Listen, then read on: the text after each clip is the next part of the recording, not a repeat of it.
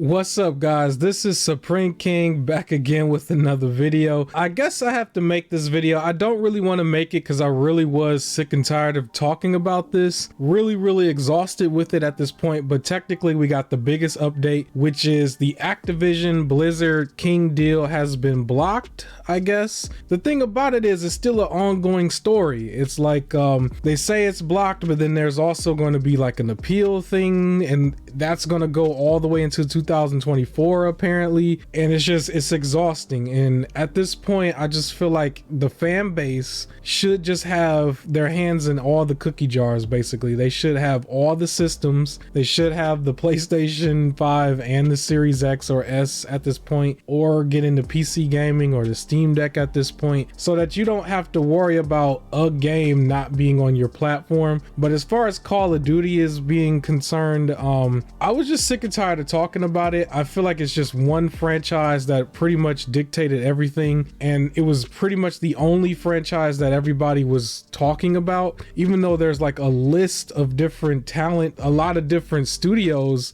and a lot of different franchises that's right under Activision that could have been brought to life, that I was more excited about being brought to life. Apparently, you know, if it really gets blocked where the appeal doesn't work, then you might not see a lot of those games come back. It might still just be the Call of Duty show, the Call of Duty machine, and it's a little unfortunate. I honestly believe that this deal being blocked hurts PlayStation a lot more than Xbox. Real quick, I guess I could mention just Nintendo. It looks really silly when you say like Nintendo was gonna have a 10-year deal, you know, a 10-year deal with Call of Duty, and that was on the, you know, on the table from Xbox. Well, technically, if it's blocked, doesn't that take the 10-year deal off the table? Like, I feel like that's gonna hurt Nintendo. I don't think Nintendo fans care. That was just a funny thing to point out, because that's a question that I would have. Like, well, does that mean that that deal doesn't go through? Do they just not get access to Call of Duty? Maybe they don't care at all. You know, they got Splatoon, whatever else third party is over there, like Apex, but maybe they don't care. But it's still a question that I have.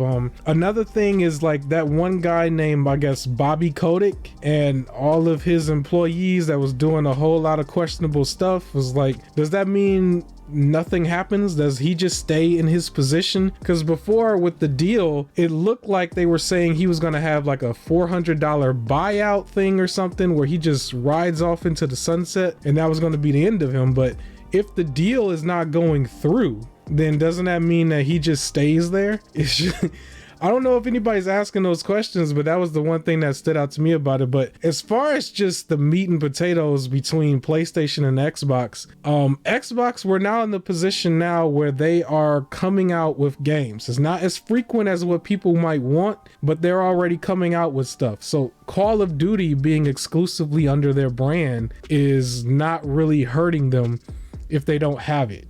I don't know if I said that right, but you guys know what I mean. Like, they have, like, Redfall is like literally right around the corner. Like, even though it's starting at 30 FPS, it's still going to get patched to 60 FPS. Like, come on, we already know it is. Once it gets patched, nobody's going to care that it was at 30 FPS. And I can imagine that they're going to have more shooters coming. At some point, did you guys forget about Stalker 2? You remember that one is still supposed to show up there first? So there's still some games that's going to go on Xbox side that's shooters. I mean, they have plenty of shooters, but at the same time, they still have a lot of other stuff that's in the works. And we've seen a lot of big updates for things like Hellblade 2. So I don't think that they're really hurting from not having Call of Duty. I'm just disappointed because with Activision by themselves, a lot of different franchises were just put on the back burner. You might get one pop up every now and then. Crash Bandicoot is one that I can think of right now. Like, there's a new Crash free-to-play game that's out right now, but you're not really seeing a lot of franchises come back. That's the only thing that really just disappoints me the most. But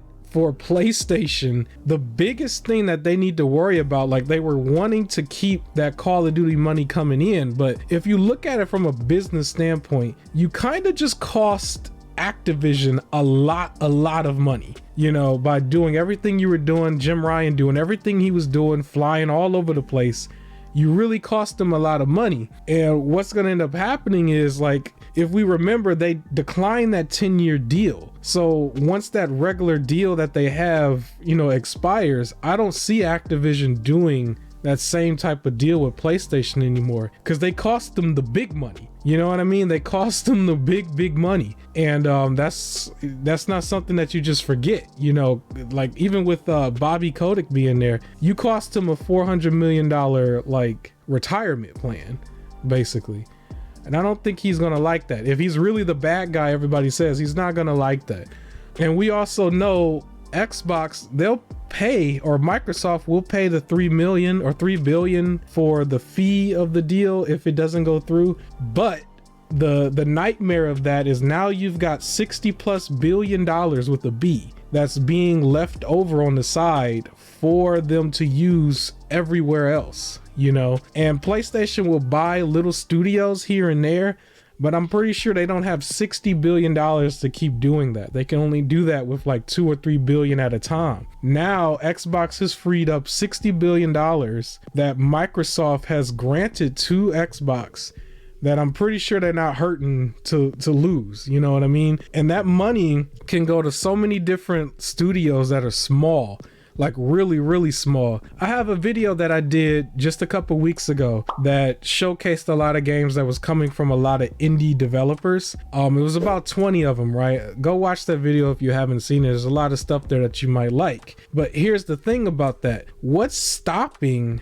Microsoft from taking $60 billion, if they have that money back, plus extra, and sprinkling it along all of those indie titles and all of these little studios, and turning them all into exclusivity deals, and doing the same thing that PlayStation just did with Forspoken? They might not have Square Enix, you know, in their back pocket to like put Square Enix games on their roster, but that's just one publisher.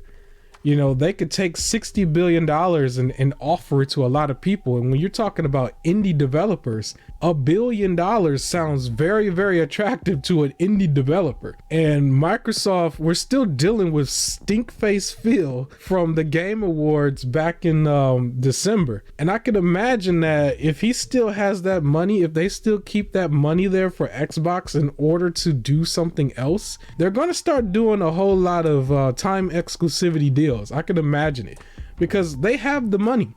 That's a lot of money. They're only giving away like $3 billion in fees, and that's really not a lot when you're looking at the rest of it being like 65 billion. I mean, you're gonna really take that and just sprinkle it everywhere. I mean, I don't see the government or whoever coming in and blocking every last deal. It would be kind of crazy if they did, because at the same time, you know, PlayStation was still able to acquire people. Embracer Group was doing that crazy deal that they just got done with, and then also Nintendo was acquiring somebody, I forgot who it was. But if they're able to do that, Microsoft is able to do that as well. And it sounds like we still have a very ambitious company here who is willing to invest whatever they got to invest everywhere they can. And the worst thing that you can do is just simply say no. And in real life, if we know business, you got to go through all the no's until you get to the yes. But here's the thing, eventually they're going to get to the yes. They're going to get to another yes and another yes. And I see them doing a lot more of these deals 2-3 times a year that are really small, but very effective, because these indie titles are coming out and these companies are not making as much money as what Microsoft can just hand them. You're talking about 60 to 65 billion. What's stopping an indie developer from taking a $500 million deal, a $200 million deal? I don't know if they're all going to just say, no, I want to keep it all on all the platforms, or also Nintendo and PlayStation, if people are not paying for it on that other end. If they can front them the money, they'll do it. And that's the thing. They have it. I think that's going to be a really crazy thing to see. At the end of the day, I am still disappointed for like Activision in particularly, because the way it looks is that it's just going to be business as usual for them, which means a lot of the other franchises is not going to, you know, come to fruition because of Call of Duty needing to just be the oil machine for them. If they're on their own, They have to produce Call of Duty. They can't afford to just take risks anywhere else with any of those other titles. So it's unfortunate for that. But other than that, if you are just a fan of gaming, you should be having all the systems anyway. I understand if you can't get them all at the same time, just make a plan throughout the generation to make sure you have your hands in all of the cookie jars, because you're going to miss out somewhere. You know, somebody's going to come out with something and you're not going to have access to it because of all these crazy things that's happening that's out of your control. So the only thing you can do is just get your hands on all the systems. But hopefully that's all I got to say about this. I'm pretty sure they're going to have another update, and I'm going to have to give you another update from my perspective. But who knows if it's over or if it's not over. It's not affecting me. I was going to buy whatever I want to buy regardless, because that's just who I am, you know. Other than that, more videos on the way. I'm going to try to get more content out a little bit more frequently like I used to. And yeah, like, comment, share, subscribe. I will catch you on the next video. Peace.